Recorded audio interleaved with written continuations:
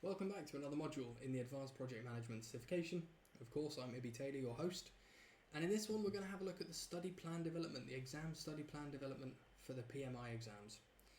Now, successfully preparing for an exam, especially one as rigorous as Project Management Certification, requires more than just academic knowledge.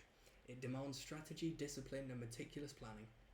Many candidates underestimate the importance of a strategic study plan, which often leads to unstructured learning, wasted effort, and poor performance. A well-crafted exam study plan is designed to optimize your time, enhance knowledge retention, and boost confidence during exam preparation. So this is going to be critical stuff to make sure you are as prepared as possible going into this exam, and this is what we're here to do. This is what we're here to support. To give you these points, these tips, these tricks, these hints to make sure that you succeed. So exam preparation begins with familiarising yourself with the exam structure, domains and question types. We have touched on that in understanding the PMI exam structure. Every certification has a syllabus or a blueprint that outlines what must be covered. Content domains. Identify the domains, the topics, the subtopics that will be tested. Understand the weight of each domain to allocate time effectively. For example, for a PMP exam, know that the exam domains like planning and executing carry more weight than initiating. Thus, more time should be allocated to the heavier domains. Make sure you're making the most out of your time to make the most out of the marks that are available to you on the exam. Question types. Understand the variety of questions, multiple choice, drag and drop, scenario based and such and so on.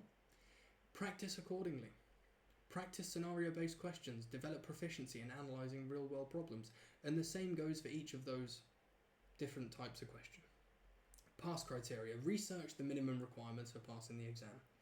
So PMI doesn't actually disclose a fixed passing percentage. Aim for a consistent 75 to 80% in all of your mock exams. That's where you want to be. So assess baseline knowledge and skills. Before creating the study plan, evaluate your baseline knowledge. Identify your areas of strengths and weaknesses. Take a diagnostic test or a practice quiz related to the certification to pinpoint where you stand. Use official practice questions or trusted platforms like PMI Study Hall. Understand your weak areas, that's where you need to prioritise your time. Self-reflection. Review your past experiences and knowledge, even if they're not direct exam content. For example, a project manager's practical experiences in risk management can aid in mastering that domain faster if it's something that you've done before and you've had real-world experience in. Chances are you won't need to assign as much time as something that you haven't done before and you have no understanding of. And feedback from peers or mentors. Seek honest feedback from colleagues or mentors regarding your gaps and the gaps in your knowledge. Where do you need to focus your time? A mentor might suggest spending more time on resource management based on observing your project handling history. Some of us don't like taking criticism, but however, in this instance, it is valuable. You ask someone what you need to improve on, take what they tell you, and put your time into it. Now, a personalised plan maximises efficiency and ensures steady progress. So personalise this to what you do, how you learn, how you feel you're going to be best prepared for this exam.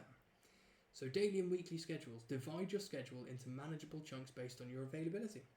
Avoid overcommitting unrealistic hours daily. So for example, you could allocate 2 hours on weekdays and 4 hours on weekends for balanced progress. Don't overwork yourself, don't push it too hard, don't cram it all in at the end, because it's just going to lead to poor performance. So block-based study. Dedicate fixed study blocks to a domain instead of switching topics frequently. Don't jump around the syllabus. Focus on agile practices for 5 consecutive blocks before moving on to stakeholder engagement. And a lot of this is down to you. You know, how much time you want to assign to something. But once you've assigned time, keep that segregated from everything else. Focus on that one individual topic, that one individual question type. Really try and drill down your study.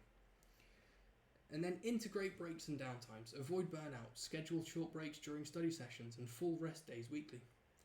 So practice the Pomodoro technique. Study for 25 minutes, take a 5-minute break. Don't overburden it, don't cram it all in, because you're not going to be able to retain, you're not going to be able to process, and it won't end well. So optimal retention. These are some things that you can do. And of course, you need to align this with how you learn best. So active recall, actively retrieve information instead of passively rereading it. So you could, for example, create flashcards for PMBOK guide terminologies, quiz yourself daily. Spaced repetition. Spaced repetition. Review topics at increasing intervals to reinforce memory. Use apps like Anki or Quizlet to systematically revise older topics while preparing new ones. You've got to remember that you're trying to process more new information. You need to make sure that the old information doesn't get pushed out. And then mock exams and time practice. Simulate real exam conditions. Test your time management and stress handling. See how you do under pressure. See how you manage the amount of questions within the time that you've got. So schedule a 4-hour mock exam every week. Improve your endurance and accuracy. Make sure that when it comes to that exam, you are as prepared as possible. So, leveraging your resources. You could be using official study materials. Always prioritize official guides, handbooks, and practice tests. Use APMIC's guide for preparation as an up-to-date and digestible source. Study groups and forums. Collaborate with your peers. Tackle the same exam for shared insights. Take advantage of the live instructors offered in our course. Join online study groups on platforms like Reddit or LinkedIn.